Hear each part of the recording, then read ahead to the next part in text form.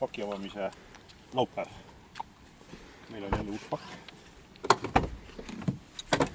Huvitav, mis siin sees võiks olla. Hakkasime juba tulema siia ja siis Kuller helistas, et ta tahaks meile pakki tuua. Ja meie siis kohe, et aga palun.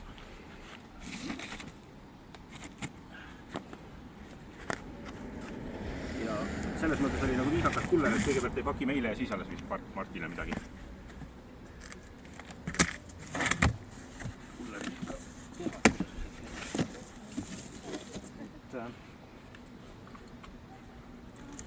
See peaks olema siis niisugune mitte niidne.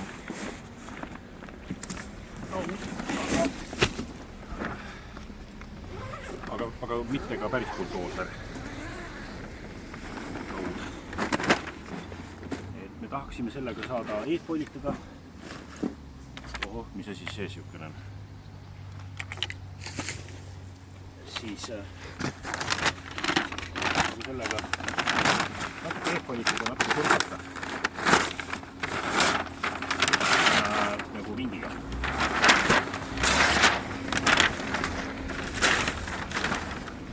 Ja miks kong? Aga miks mitte? Sest Marti hirmutas nüüd ära, et see kaproon on vist nendest täispuutavatest laudadest tühjaks ostetud. Ja siis kui tema sealt tellis,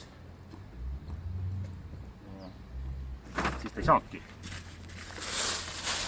Noh, kas pole ilus?